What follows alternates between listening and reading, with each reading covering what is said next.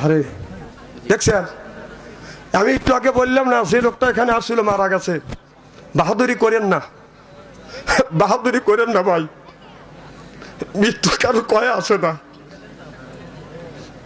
ওই লোকটা বাচ্চা বের হয়েছে, কোরআনের মাহফিলে বাদশা চলে যাচ্ছে, তার কোরআনের মাহফিলে ওয়াজ শুনবে, আর লোকটাকে আল্লাহ দুনিয়া থেকে নিয়ে গেল।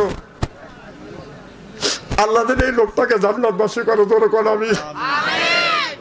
এই তো গতকাল একটা লোক ওয়াজ করতে করতে, একটা আলেম ওয়াজ করতে করতে স্টেজের মধ্যে মারা গেছে।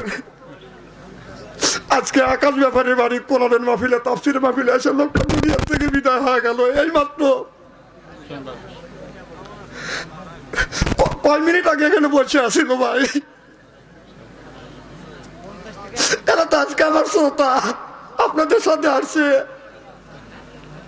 ভালো মানুষ আসছে, এখান থেকে একটু পয়সা গেছে, চলে গেছে, লোকটা দুনিয়ার থেকে বিদায় হয়ে গেছে। আল্লাহর কাছে দোয়া করে, আল্লাহ আমার এই ভাইটাকে জান্নাত নসিব করো, তোরে কোন আমি। আল্লাহ জীবনের সবগুলো মাফ করে দেয়।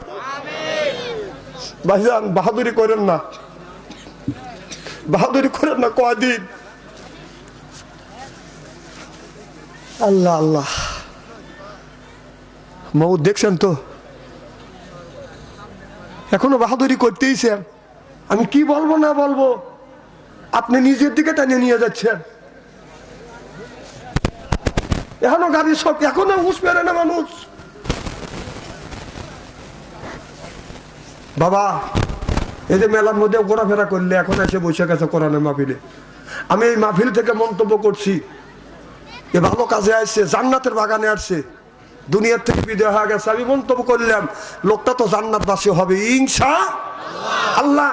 তার কবরে করা জব তুমি, সল জব তুমি সহজ করে দিও, আমিন কম।